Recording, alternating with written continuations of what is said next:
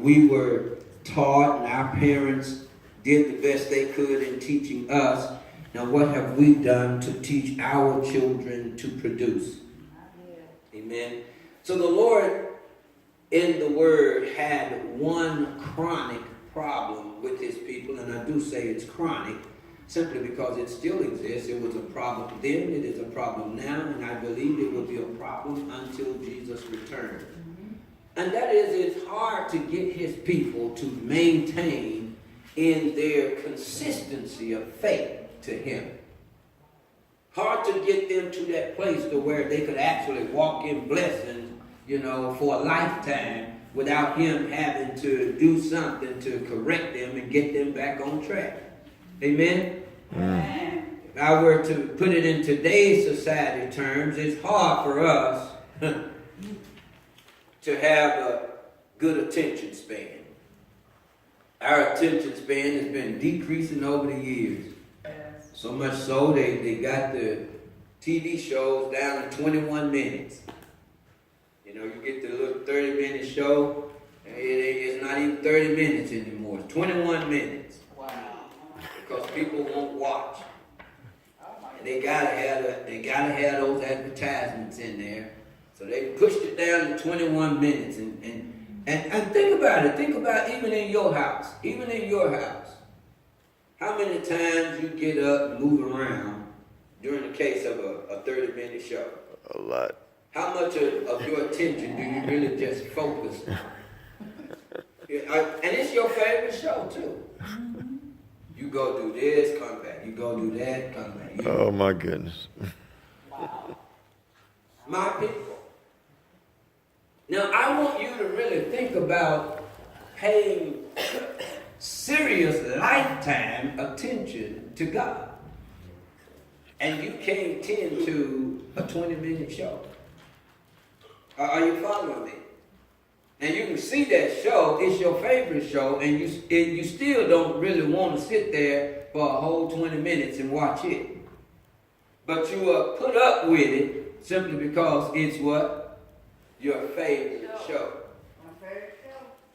And you won't miss it. You might get the TiVo. Now see, they messed us up even more because they got TiVo and all that stuff. We got recording systems and all of that. You still can be distracted while your show is going on. You just come back later and watch it. Lord, they're not helping us at all.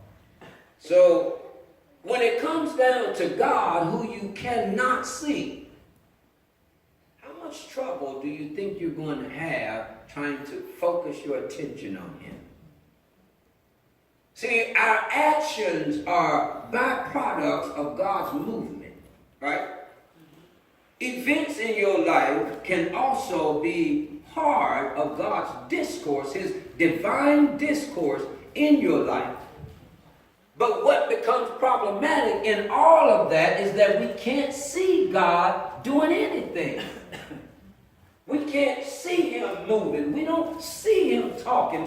We can't hear him. We can't see him. So no matter what he does, we still have this subliminal problem trying to conceive of him, thereby making it easy for us to be distracted from him. Are you following me? Out of sight, out of mind. That's true. You're right. So it takes a whole lot more for you to focus on God in the way that he wants you to, simply because he is not present in a physical and visible sense. Wow. But still, he says, you are my people. Yes, my people. He just got some problems with us. Now, in the book of Hosea, I want to tell you all something, and it sounds like it doesn't have nothing to do with this text or this message, but it has a whole lot to do with it. When I was young, this is a true story too. When I was young, I have a brother 2 years older than me, Kerry. And when I was young, Kerry and I, we were always together, and Kerry was quite inventive. He made stuff. He loved taking pieces and parts of stuff and making things out of it. Now, as the inventor, you know, all inventors have to have their little apprentices and assistants. I got to be the assistant apprentice. Now, my brother was so inventive, you know, he would always tell me, every time he made something, he made a lamp once, and he put it together and wired it up and everything, and he told his apprentice, that would be me, to plug it up. Everything's going to be okay. It's good. He assured me of that. And the plug was under the bed, and I remember I crawled under the bed with the wire, and I really didn't think twice about it because he said it was going to be okay. And he was my brother whom I trusted, so it was going to be okay. And I stuck the plug in the socket. And something happened. No light came on, but I promise you, I felt something, and it wasn't Jesus and the Holy Ghost. Seriously. So I plugged it up, and all the lights in the house went out. And I came out from under the bed, all shocked. He like, "Are you okay? Everything up?" I said, first words out of my mouth, "You told me I was going to be okay." Now, that was my first sign of doubt in his mastery. I wasn't through yet. He probably went through several other things, but one day he caught himself making an oil lamp. And we didn't have any oil. He went and got the gasoline and poured the gasoline in his oil lamp. And he came and got me and told me to light it.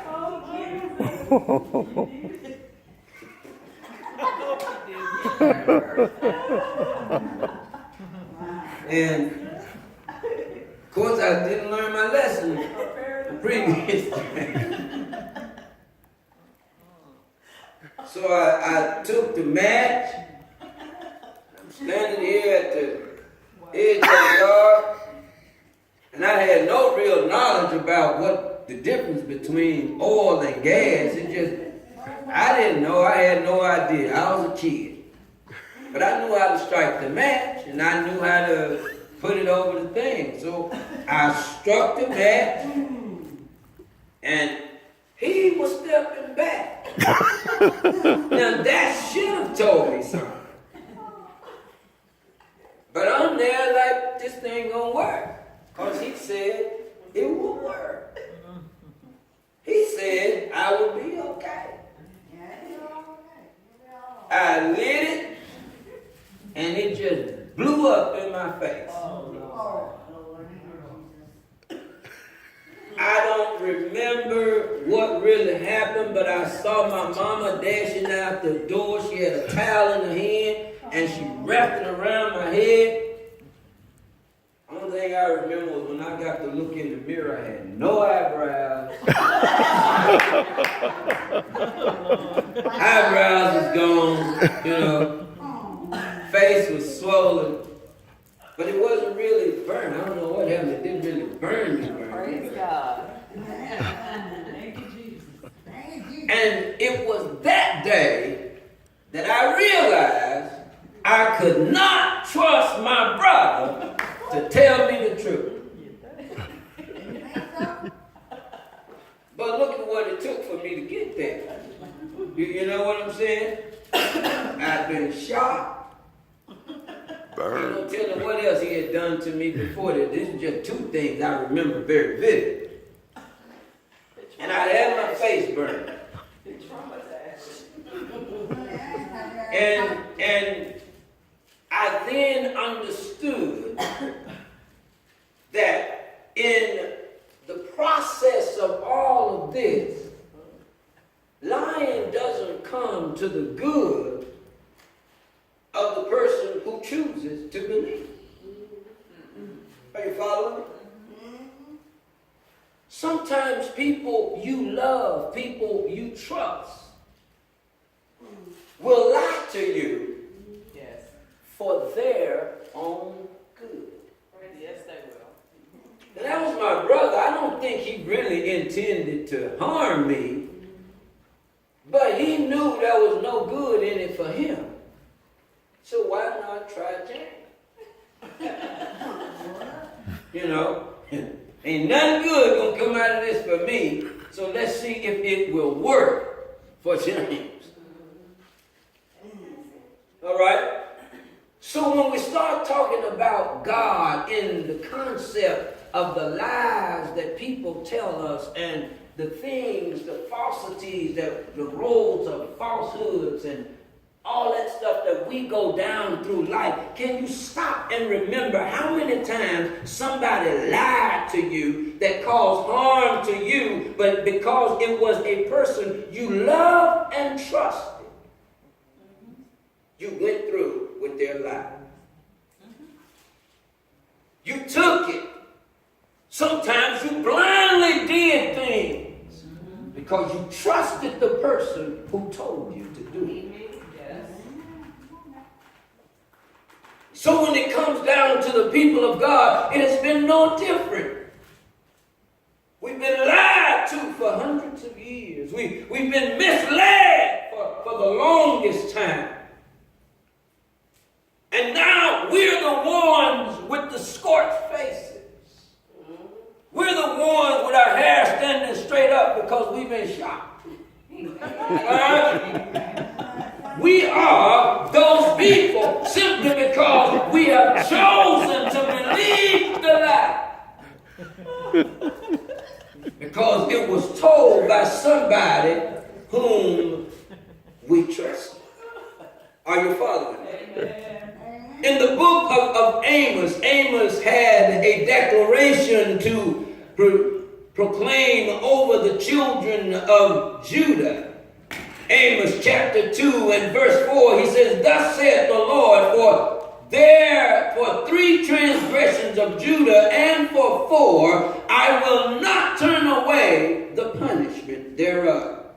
Because they have despised the law of the Lord and have not kept the commandments, and their lies caused them to err, after the which their fathers have walked. But I will send a fire upon Judah, and it shall devour the palaces of Jerusalem." Bottom line, it says, if I were to put this in a question, it would say that God allows us to be punished for the wrongs that we do for following after the lies. Lies have consequences. Amen.